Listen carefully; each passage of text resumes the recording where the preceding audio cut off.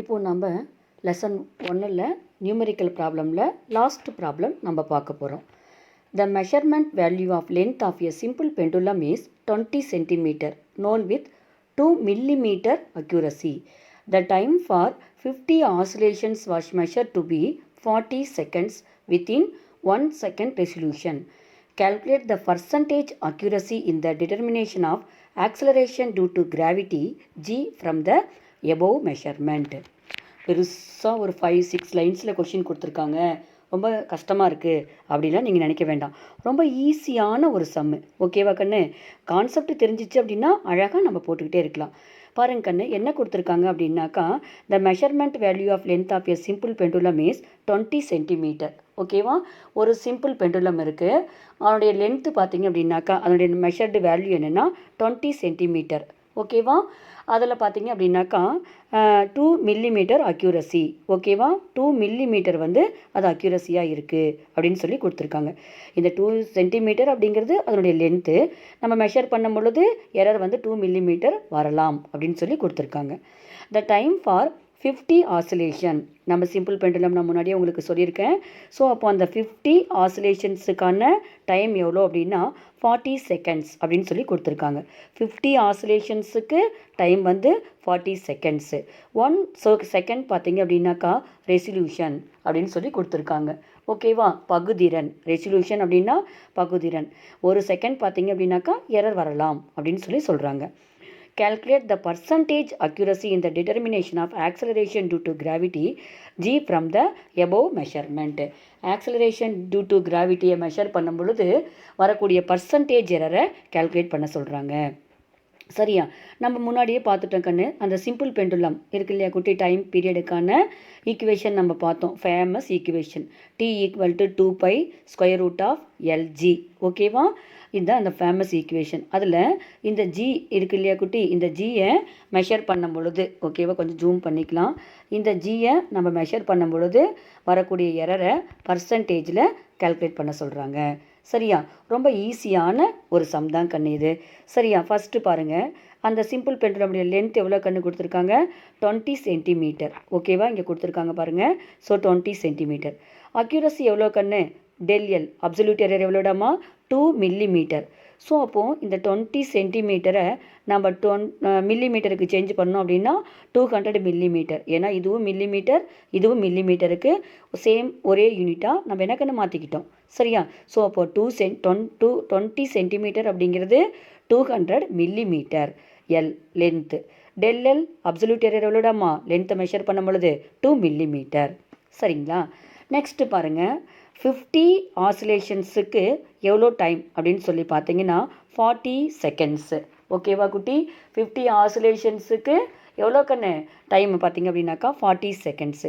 அப்போ ஒரு ஆசிலேஷன்ஸுக்கு எவ்வளோ கண்ணு டைமு? 40/50 = 0.8 செகண்ட்ஸு. ஓகேவா? 50 ஆசிலேஷன்ஸுக்கு 40 செகண்டு. அப்போ 1 ஆசிலேஷன்ஸுக்கு t டிவைடட் பை இந்த 50 கீழே வந்துடும். இந்த 50 எங்கன்னு வந்துடும்? இங்கே வந்துடும். ஸோ அப்போ 40/50. ஓகேவா? ஸோ அப்போ இந்த 50 எங்கன்னு வந்துடும்? டினாமினேட்டருக்கு வந்துடும். அப்போ 40/50 = 0.8 செகண்ட்ஸு. ஓகேவா? நெக்ஸ்ட்டு பாருங்கள், அடுத்தது என்ன கொடுத்துருக்காங்க அப்படின்னாக்கா 50 ஆசிலேஷன்ஸ் மெஷர் பண்ணுறோம் நாம். அந்த 50 ஆசிலேஷன் அப்போ பார்த்தீங்க அப்படின்னாக்கா ஒரு செகண்ட் வந்து நமக்கு வந்து என்ன கணக்கு கொடுத்துருக்காங்க? ரெசல்யூஷன் அப்படின்னு சொல்லி கொடுத்துருக்காங்க. எரர் வரலாம். 50 ஆசிலேஷன்ஸ் அப்போ ஒரு செகண்ட்ஸ் நமக்கு எரர் வரலாம் அப்படின்னா, ஸோ அப்போ அந்த அப்சல்யூட் எரர் டெல்டி எவ்வளோ கண்ணு அப்படின்னா, டெல்டி மட்டும் வேணும்னா 50 எங்கே கண்ணு வந்துடும்? டினாமினேட்டருக்கு நமக்கு வந்துடும். சரியா? ஸோ அப்போது இதில் 50 ஆசிலேஷன்ஸுக்கு 1 செகண்ட் ரெசல்யூஷன் அப்படின்னா டெல்டி அப்சல்யூட் எரர் அப்படிங்கிறது இந்த 50 எங்கன்னு வந்துடும்? Divided by 1/50. சரியா? ஸோ அதுதான் இங்கே போட்டிருக்காங்க. சரியா? அப்போது அந்த வேல்யூ எவ்வளோடாமா? 0.02 செகண்ட்ஸு. ஸோ அப்போது எல் கால்குலேட் பண்ணிட்டோம், டெல்எல் கால்குலேட் பண்ணிட்டோம். ஓகேவா? டி கால்குலேட் பண்ணிட்டோம், டெல்டி நம்ம கால்குலேட் பண்ணிட்டோம். ஓகேவா கண்ணு? அவ்வளோதாண்டாம்மா, வேறு ஒன்றுமே இல்லை. நம்ம அந்த சிம்பிள் பெண்டுலமில் டைம் பீரியட் இருக்கு இல்லையா கண்ணு, அதுக்கான ஈக்குவேஷன் நம்ம நிறைய டைம் படிச்சிருக்கோம். t = 2π√L × G அப்படின்னு சொல்லி நம்ம பார்த்தோம். இப்போ இந்த ஜியை மெஷர் பண்ணும் பொழுது என்ன எரர் வரும் அதை தான் கால்குலேட் பண்ண சொல்கிறாங்க.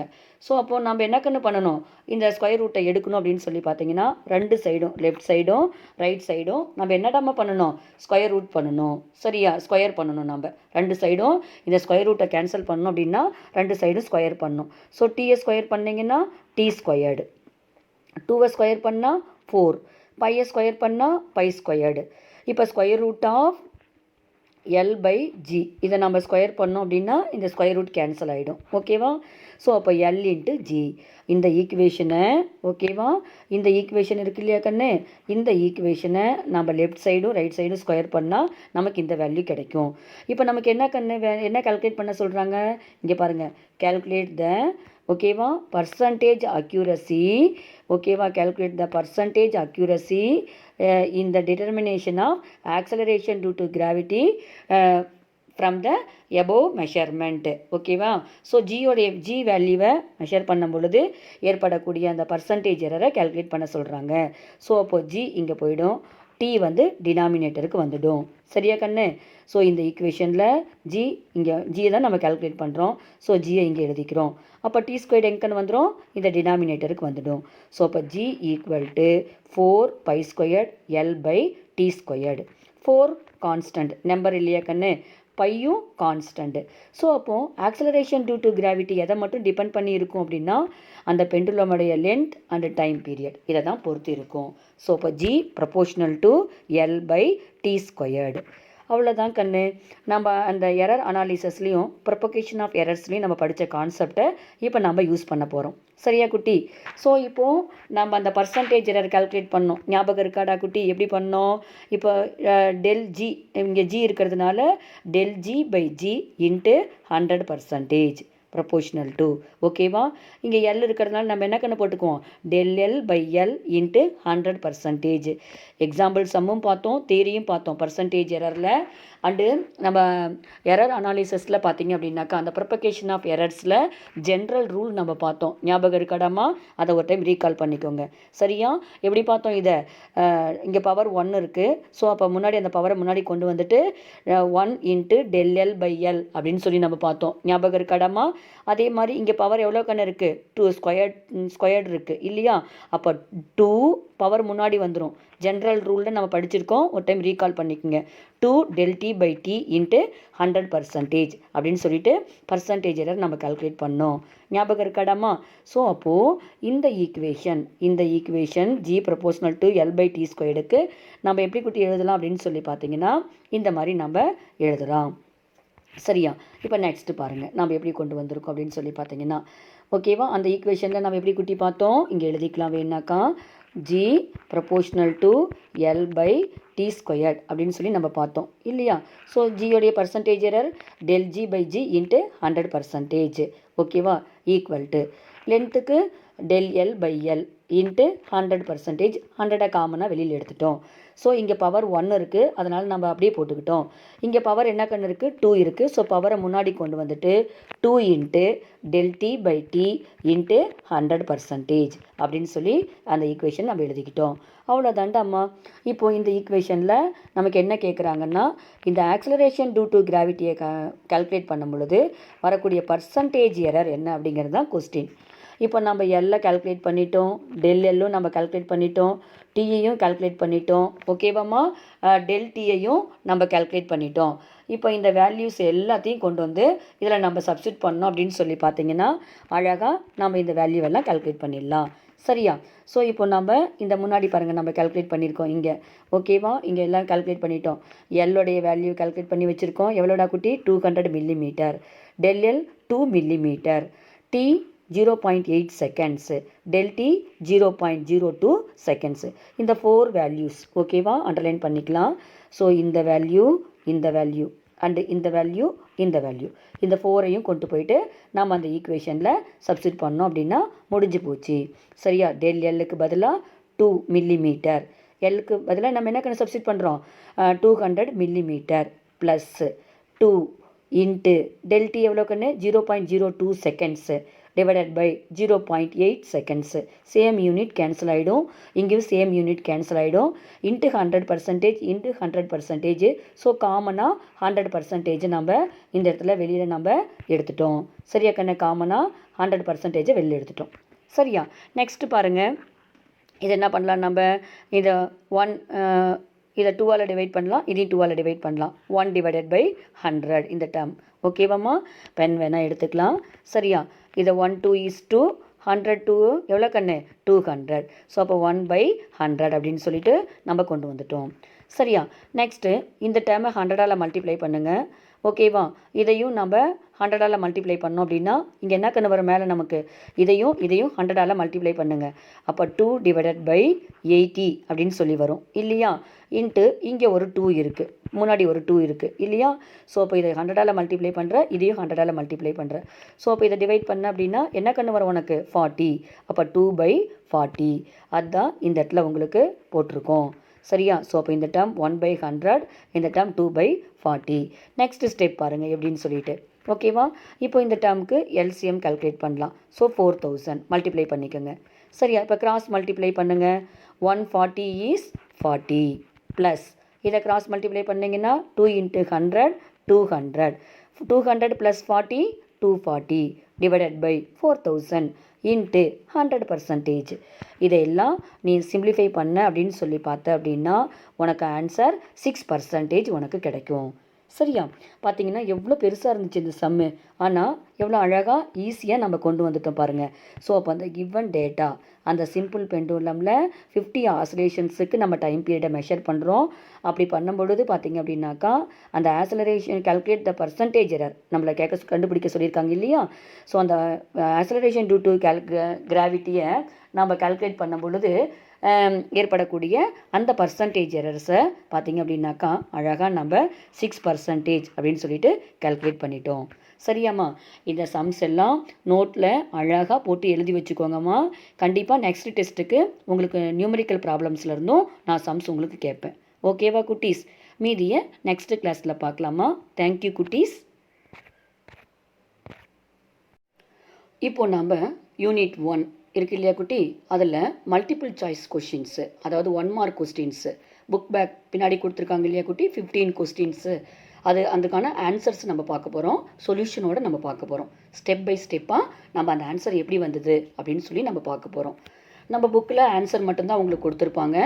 அதனால் நீங்கள் புக்கை ஓப்பன் பண்ணிவிட்டு பென்சில் எடுத்து வச்சுட்டு இந்த ஸ்டெப்ஸ் எல்லாம் சைடில் அழகாக 1 by 1 எழுதிக்கிட்டிங்கன்னா பின்னாடி எந்த மாதிரியான க்ரியேட்டிவிட்டி கொஷின்ஸ் கேட்டாலும் உங்களுக்கு ஆன்சர் பண்ணுறதுக்கு ஈஸியாக இருக்கும். புக் பேக் கொஷினே இருந்தாலும் அந்த ஆன்சர் எப்படி வந்துச்சு, அதை எப்படி சால்வ் பண்ணியிருக்கோம் அப்படிங்கிறது நீங்கள் தெரிஞ்சுக்கணும். ஓகேவா குட்டி? ஃபஸ்ட்டு கொஷின் நம்ம பார்க்கலாம். One of the combinations from the fundamental physical constant is hc/g. The unit of this expression is. ஓகேவா? என்ன கொஸ்டின் அப்படின்னா ஃபிசிக்கல் கான்ஸ்டன்ட்ஸ்லேருந்து hc/g அப்படிங்கிற இந்த ஈக்குவேஷன் நமக்கு கிடச்சிருக்கு. அப்போ இந்த ஈக்குவேஷனுடைய யூனிட் என்ன? அதுதான் கண்ண question. Kilogram power KG squared வருமா, மீட்டர் க்யூப் வருமா, செகண்ட் பவர் -1 வருமா, மீட்டர் வருமா யூனிட்டு? சரியாம்மா? ஸோ இந்த மாதிரி ஆன்சர் கேட்டிருக்காங்க. ஸோ நம்ம என்ன பண்ணணும்? இதில் ஹெச் அப்படிங்கிறது ஃப்ளாங்க் கான்ஸ்டன்ட்டு, சி அப்படிங்கிறது ஸ்பீட் ஆஃப் லைட்டு இல்லையா? அது அடுத்து நெக்ஸ்ட் ஜி அப்படிங்கிறது கிராவிடேஷ்னல் கான்ஸ்டன்ட். ஓகேவா கண்ணு? இதெல்லாம் நம்ம ஆல்ரெடி நிறைய டைம் நம்ம பார்த்ததே தான். ஸோ இப்போது இது ஒன்றுக்குமே நம்ம என்ன கண்ணு பண்ணோம்? இந்த ஈக்குவேஷனில் ஓகேவா, இந்த hc/g அப்படிங்கிற இந்த ஈக்குவேஷனில் நம்ம என்ன பண்ணோம்? ஒவ்வொன்றுக்குமே யூனிட்டை நம்ம சப்ஸ்டிட் பண்ணிக்கணும். இப்போ ஹெச் அப்படிங்கிறது ஃப்ளாங்க் கான்ஸ்டன்ட்டு, அதனுடைய யூனிட் என்ன அப்படின்னு சொல்லி பார்த்தீங்கன்னா ஜூல் செகண்ட். ஓகேவா கண்ணு? ஃப்ளாங்க் கான்ஸ்டன்டோட யூனிட்டு ஜூல் செகண்டு. இதில் ஜூல் பார்த்தீங்க அப்படின்னாக்கா எதுக்கு ஈக்குவலாக இருக்குன்னா 1 ஜூல் ஈக்குவல் டு 1 நியூட்டன் மீட்டருக்கு ஈக்குவலாக இருக்கும். சரியாம்மா? ஸோ அப்போ 1 ஜூல் அப்படிங்கிறது என்ன கண்ணு எதுக்கு ஈக்குவலாக இருக்கும்? 1 ஜூல் அப்படிங்கிறது 1 நியூட்டன் மீட்டருக்கு ஈக்குவலாக இருக்கும்.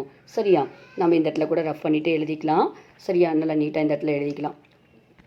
அப்போது 1 ஜூல் அப்படிங்கிறது எதுக்கு ஈக்குவலாக இருக்கும்? 1 joule equal to 1 newton metre. So அப்போ ஜூல் அப்படிங்கிற இடத்துல என்ன நம்ம சப்ஸ்டிட் பண்ணிக்கலாம்? நியூட்டன் மீட்டர் அப்படிங்கிற யூனிட் நம்ம சப்ஸ்டிட் பண்ணிக்கலாம். சரியாம்மா? ஸோ அப்போது மேலே நமக்கு பாருங்க கண்ணு, ஹெச் அப்படிங்கிறதுக்கு யூனிட் என்னடா நம்ம சப்ஸ்டிட் பண்ணியிருக்கிறோம்? Newton metre. ஓகேவா? ஆல்ரெடி ஜூல் செகண்டில் ஒரு செகண்ட் இருக்குது. So newton metre second. Next C. ஓகேவா? அந்த ஃபார்முலா நமக்கு hc/g. ஹெச்சுக்கு சப்ஸ்டிட் பண்ணிட்டீங்க. Next C speed of light. ஓகேவா? அதனுடைய யூனிட் என்ன கண்ணு? ஸோ நம்ம ப்ராக்கெட் போட்டோமா நமக்கு ஈஸியாக இருக்கும்.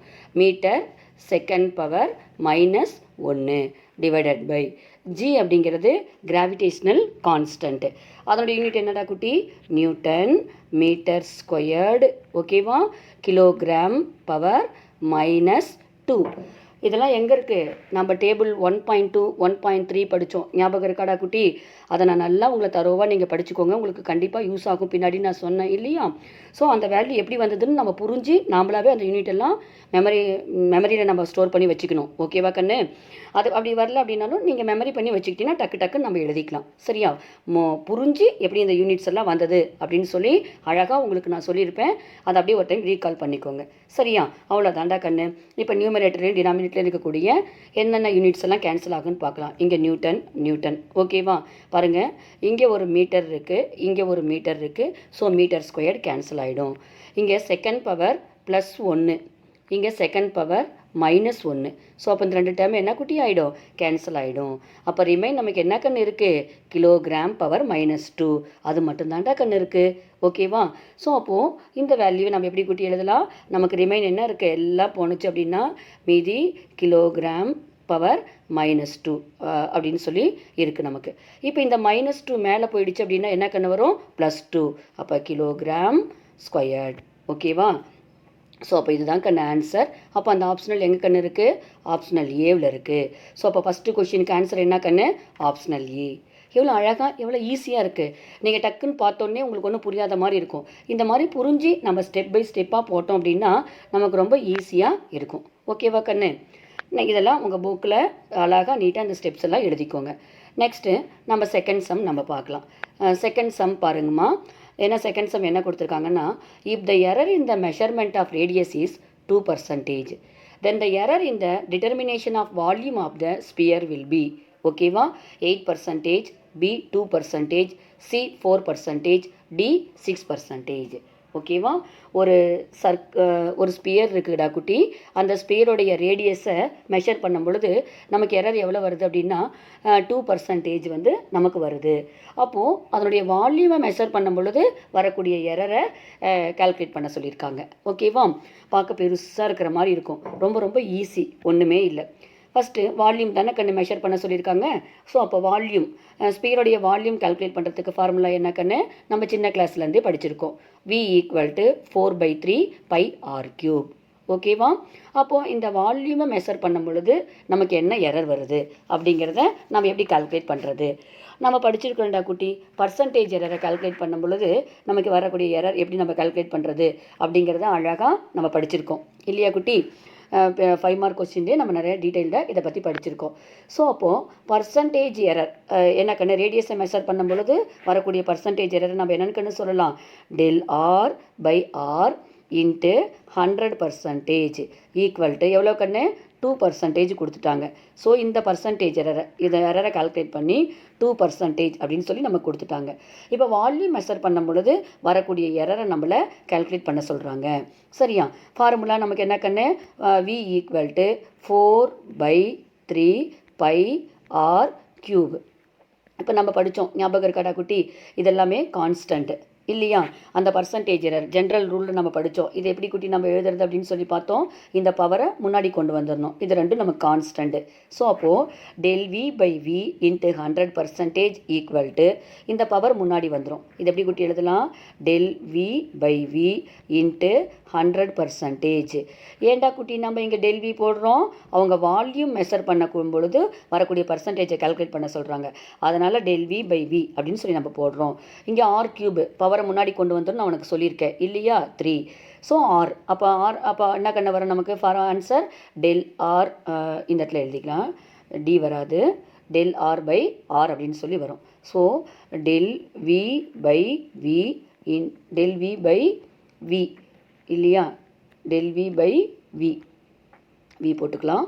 We into 100% equal to 3 into ஓகேவா கண்ணு del R by R into 100%. ரெண்டு சைடுமே 100% தான். ஸோ அதனால் நம்ம இந்த டைம் எப்படி குட்டி எழுதியிருக்கிறோம், டெல் வி பை வி அப்படின்னு சொல்லி எடுத்துக்கலாம். சரியா, இன்ட்டு 3 ஓகேவா, del V by V equal to சரியா, ஈக்குவல் டு என்னடா குட்டி வரும் நமக்கு இங்கே, இதை அழிச்சிடலாம், எரேஸ் பண்ணிடலாம் இந்த ஸ்டெப்பு. சரியா, equal to 3 into del R by R எவ்வளோடா குட்டி நம்ம முன்னாடி கால்குலேட் பண்ணோம் 2%. ஓகேவா, இன்ட்டு 2%. அப்போ 3 2s ஆர் எவ்வளோ கண்ணு ஆன்சர் 6%. அவ்வளோ தாண்டா கண்ணு, எவ்வளோ ஈஸியான ஆன்சர் பாருங்கள். ஓகேவா, ஸோ அப்போது அந்த ஸ்பீரோடைய வால்யூம் மெஷர் பண்ணும் பொழுது ரேடியஸை மெஷர் பண்ணும் பொழுது 2% எரர் வந்து நமக்கு கிடைக்குது.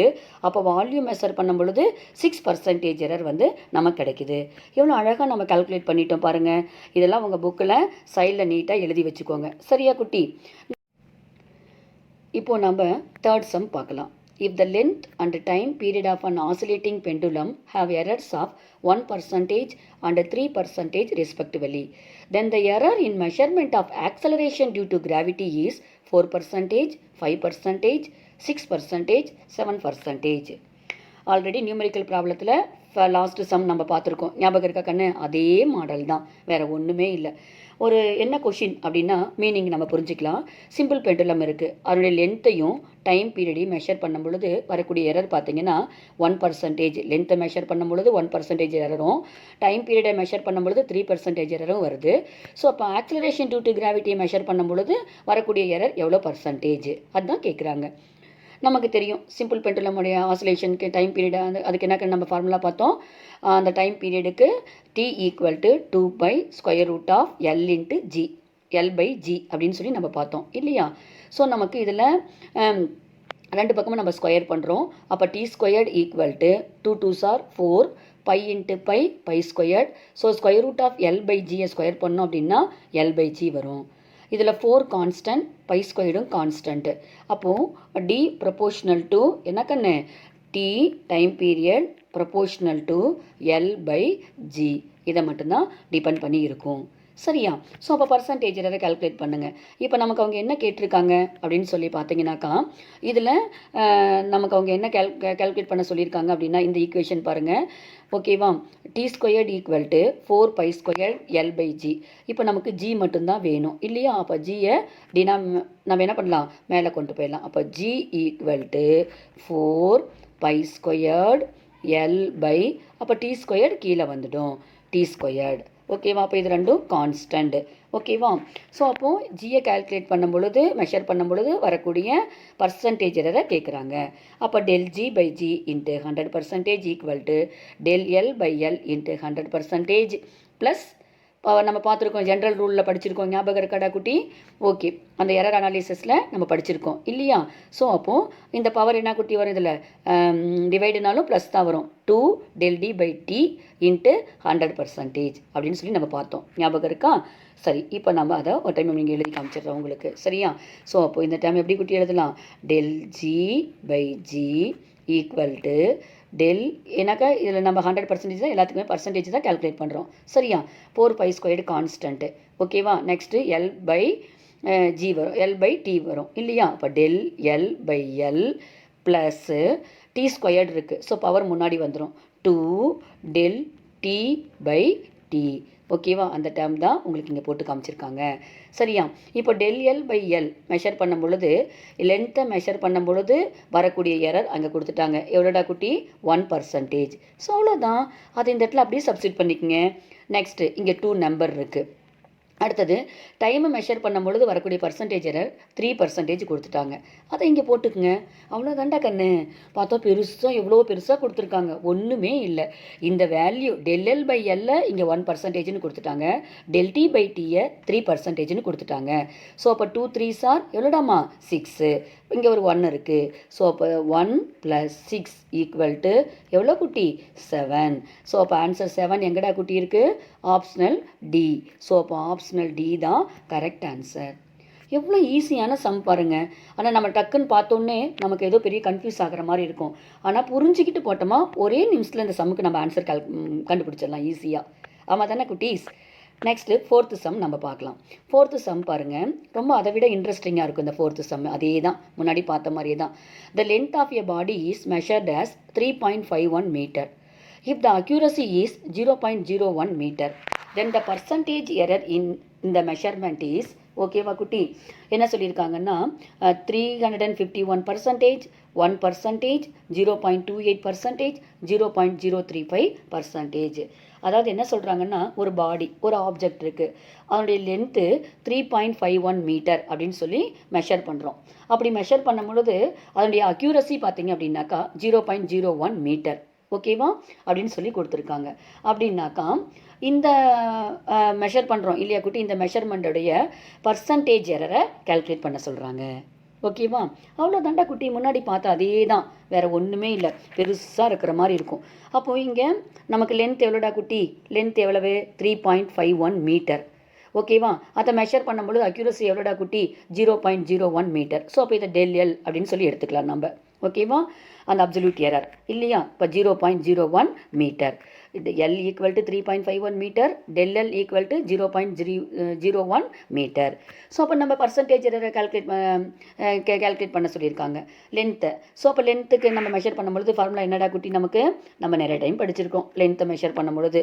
So del L by L into 100%. இங்கே டெல் எல் நமக்கு தெரியும் எவ்வளோடா குட்டி? சப்ஸ்டிட் பண்ணுங்கள். 0.01 மீட்டர். அடுத்தது எல் எவ்வளவு? 3.51 மீட்டர். That's all. அவ்வளோதான். இன்ட்டு 100%. முடிஞ்சு போச்சு ஆன்சரு. அழகாக கண்டுபிடிக்கணும். இதெல்லாம் நம்ம வந்துட்டு சின்ன கிளாஸில் நீங்கள் ஈஸியாக இந்த சால்வ் பண்ணியிருப்பீங்க. லாக் உங்களுக்கு நான் சொல்லிக் கொடுக்குற கண்ணு, அது ஒரு கிளாஸ் உங்களுக்கு எடுக்கிறேன். நம்ம ஈஸியாக லாக் பார்த்து ஆன்சர், லாக் புக்கை பார்த்து ஆன்சர் நம்ம கண்டுபிடிச்சிடலாம். இந்த கிளாஸ் முடித்த உடனே உங்களுக்கு நான் லாக் கிளாஸ் எடுக்கிறேன். ஓகேவா குட்டி? இல்லைனாக்கா நீங்கள் 100ஆல் மல்டிப்ளை பண்ணி கூட ஈஸியாக சால்வ் பண்ணீங்க அப்படின்னா உங்களுக்கு என்ன ஆன்சர் வரும்னு சொல்லி பார்த்தீங்கன்னா 0.0028 இன்ட்டு 100% வரும். ஸோ அப்போ நம்ம 100ஆல் மல்டிப்ளை பண்ணும்போது 2 டிஜிட் தள்ளி பாயிண்ட் வைக்கிறோம்.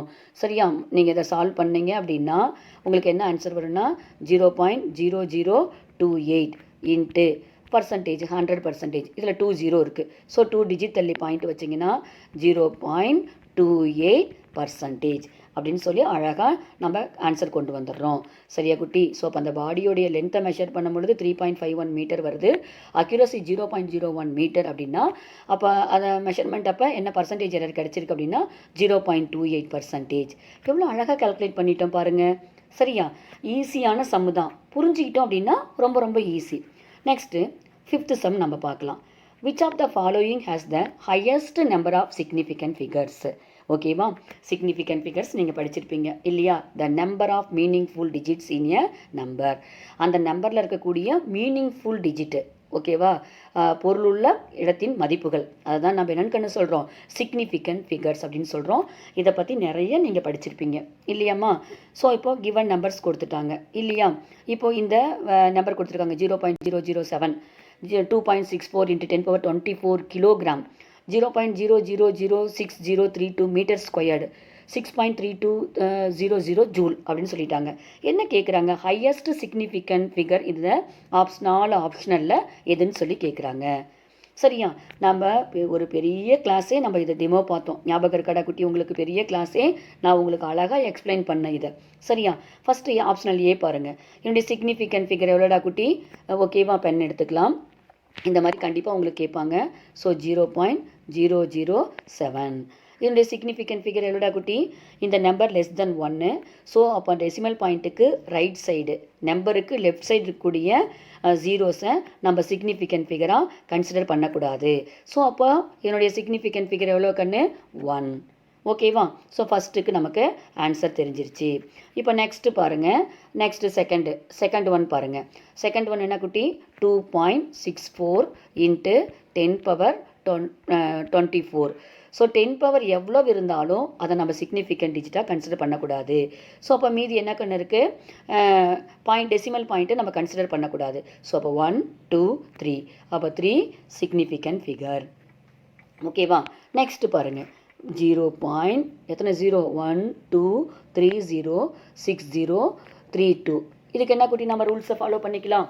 இதுக்கு ரூல்ஸ் என்ன ஃபாலோ பண்ணீங்க அப்படின்னு சொல்லி பார்த்தீங்கன்னா, <1 இந்த ஃபஸ்ட்டு சம் ஆப்ஷனல் ஏ மாதிரி தான் <1 இருக்குது.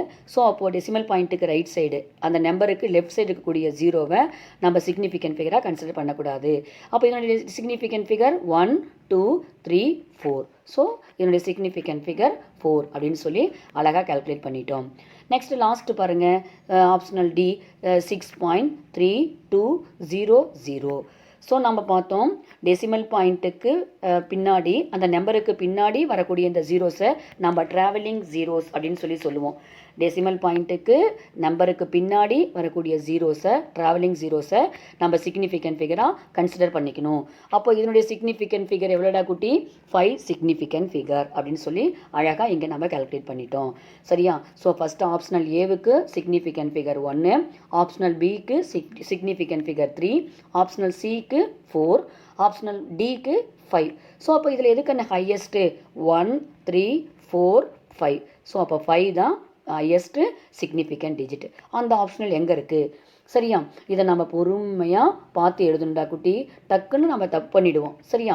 ஸோ அப்போ ஆப்ஷனல் டி 6.3200 ஜூல் தான் ஹையஸ்ட் சிக்னிஃபிகண்ட் ஃபிகர் அப்படின்னு சொல்லி அழகாக நம்ம ஆன்சர் கொண்டு வரோம்.